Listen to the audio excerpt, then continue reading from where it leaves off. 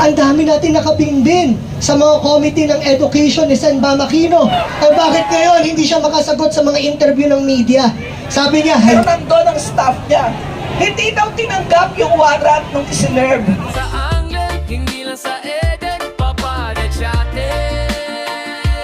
live sa kalsada, pinapakita kung saan may sobra. LGBT ordinaryong mamamayang Pilipino ay nandito ngayon sa harap ng Senado muli. Alam niyo kung bakit?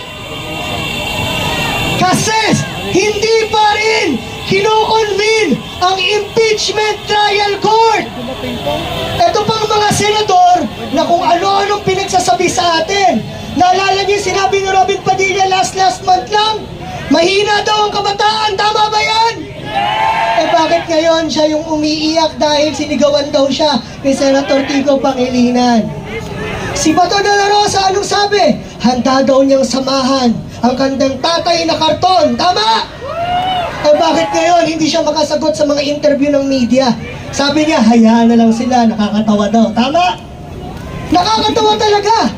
Nakakatawa at nakakadismaya na ang henerasyon natin ng kabataan at mga estudyante ang nakaabot sa ganitong Senado. Senado na tuwag. Senado na binibenta ang kanilang kaluluwa para sa mga kagaya ng mga Duterte. Senado na pinoprotektahan hindi ang susunod na henerasyon, hindi ang kabataan at mga estudyante, hindi ang mga ordinaryong mamamayan, kundi ang pamilyang Duterte. Senadong ginagamit ang salita ng Diyos, si Kristo, ang Diyos, sa sarili nilang kagustuhan, sa sarili nilang pangangailangan, sa sarili nilang interes. Senado kung saan dinakante lahat ng upuan, pero may mga naghihintay na mga manggagawa, magsasaka, kabataan at mga estudyanteng Pilipino.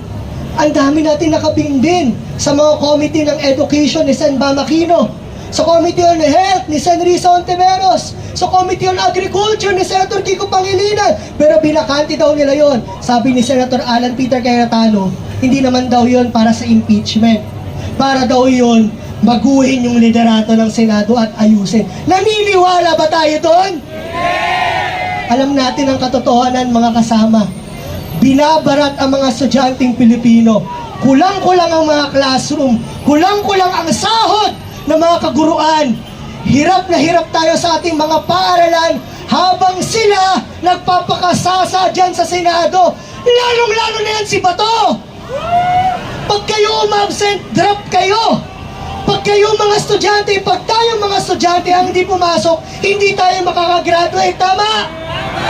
Pero si Bato, pagbalik, sinasabi niya, I am a senator. Bigla niya sinasabi yun. Pinagmamalaki niya sa atin, tama? Tama! Tapos itong si Sara naman, hiningi niya ang due process. Ibinigay sa kanya ang lahat, hindi siya nagpakita sa House of Representatives.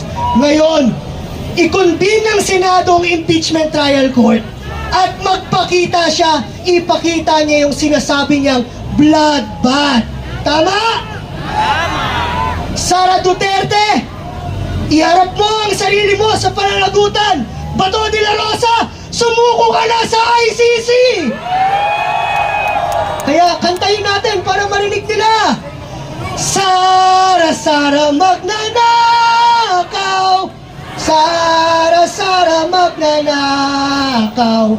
Sara, Sara, magnanakaw. Magnanakaw! Si Sara! Si Bato! Bato, Bato po ngada. Bato, Bato ay bugante. Bato, Bato, Bato, bugante.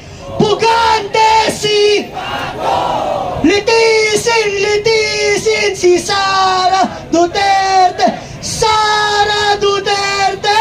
Litisin, litisin. Bato de la Rosa. Arestuhin, arestuhin. Maraming salamat mga kasama.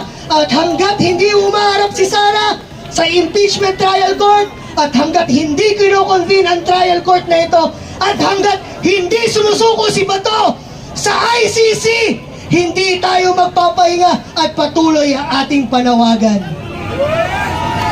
Sara Duterte! Bato de la Rosa! Maraming salamat kasamang Matthew Silverio sa iyong mensahe.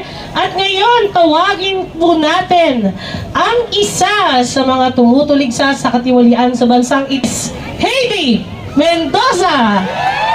Sara Duterte! Litisin! Litisin! Bato de la Rosa! Sara Duterte! Bato de la Rosa! Magandang hapon po sa inyong lahat.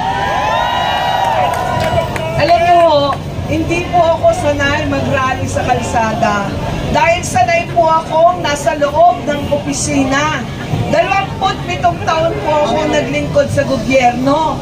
Doon po sa gobyerno, pag absent ka at hindi ka nag-file ng leave, ikaw ay paparusahan, gagawin kang awol, di ba? Alam niyo yon, ordinaryong empleyado, nagko-commute, nasakay sa jeep, naghahanap, nakikipag-aagawan sa pila, pero pag hindi nakapasok ng walang leave, awol.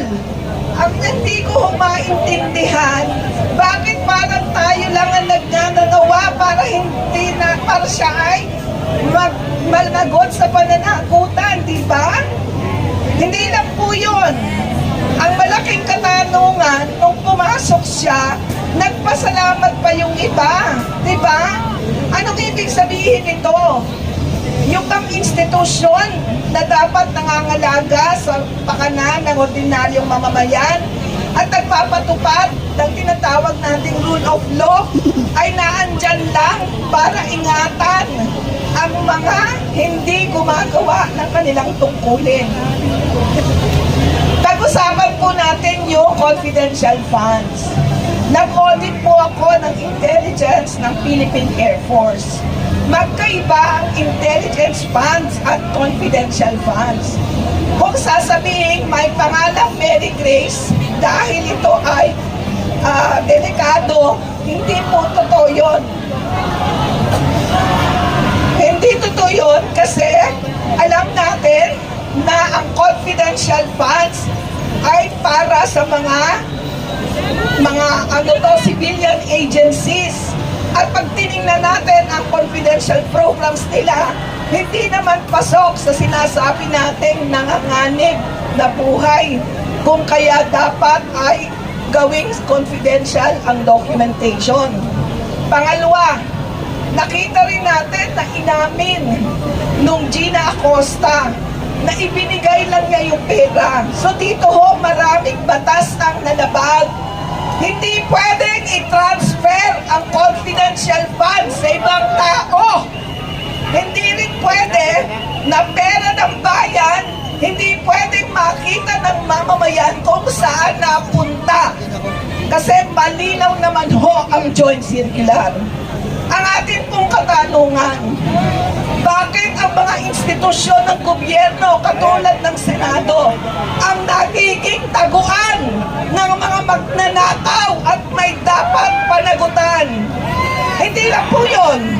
Bakit tayong mga individual ang naghahabol sa kanila? Sino ba ang nag-file ng kaso sa Ethics Committee? Di ba? Isang lawyer na ordinaryong mamamayan. Sino ang nag-file sa iba't ibang committee para mapanagot si Bato? Nandiyan si Prof. Shelo, di ba?